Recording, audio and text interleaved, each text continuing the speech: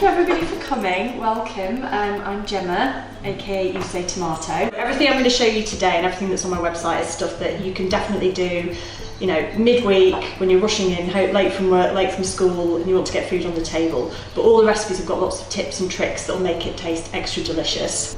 You've got a handout in front of you, and in there are all the recipes that I'm going to make today. You'll get to eat everything. You can have a glass of wine. It's time for a chat. So the first thing I'm going to do, so for the pork recipe, I'm going to get my butternut squash roasting.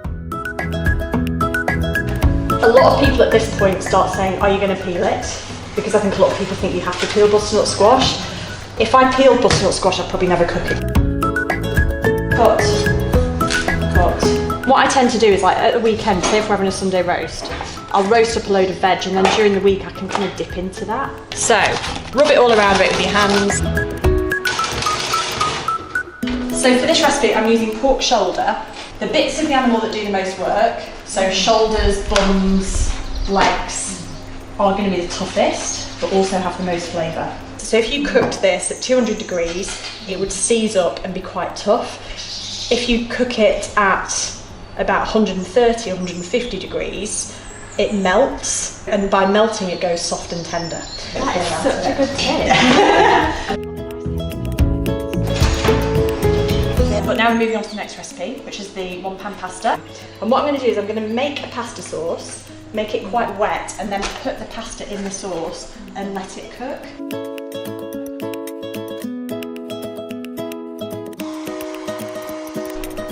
Parmesan rind, when you get to the end of your parmesan, instead of throwing it away, just keep that bit of the rind. And then what you're going to do is whenever you make a bolognese or a stew or a soup, throw it in, and it is like a cheesy tea bag.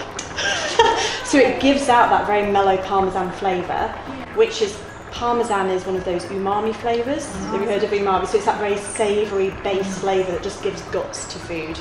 And then you pull it out at the end, yeah. Or I always forget, and then someone's like, what's this?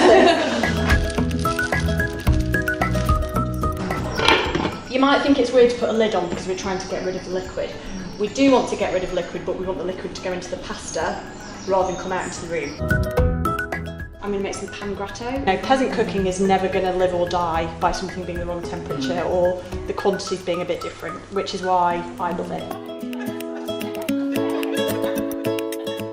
So let's have a little peek at our pasta. So can you see that's already starting to really thicken up? Kind of open your mind to pesto being something green, something nutty or seedy, some kind of cheese.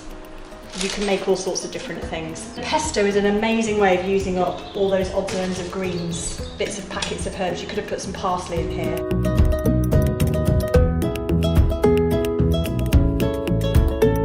And just stir it through roasted vegetables. It's delicious. I'm going to serve it with this, but yeah, that's really nice. That's like good broad, yeah. Isn't it? Yeah.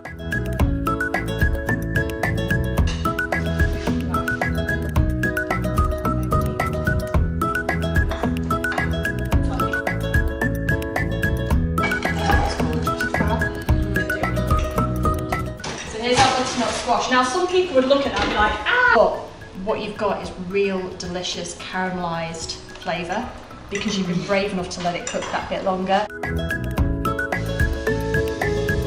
What I love is just how many tips you're like giving us. Like, I'm not very confident at all, but there's just loads thrown in. So you'll see the fennel seeds on top have gone really nice and cooked, and then underneath it's kind of a bit softer.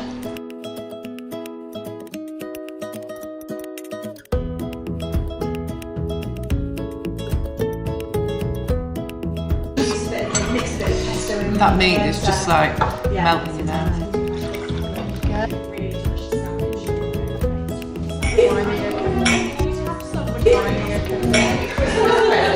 Coming to Gemma's class today has just given me lots of confidence, lots of ideas. I just love coming to the classes because I think it's really relaxed. It really has completely made me reassess how I look at food. Love it, loved it. I've been to Gemma's classes before and she's an inspiration.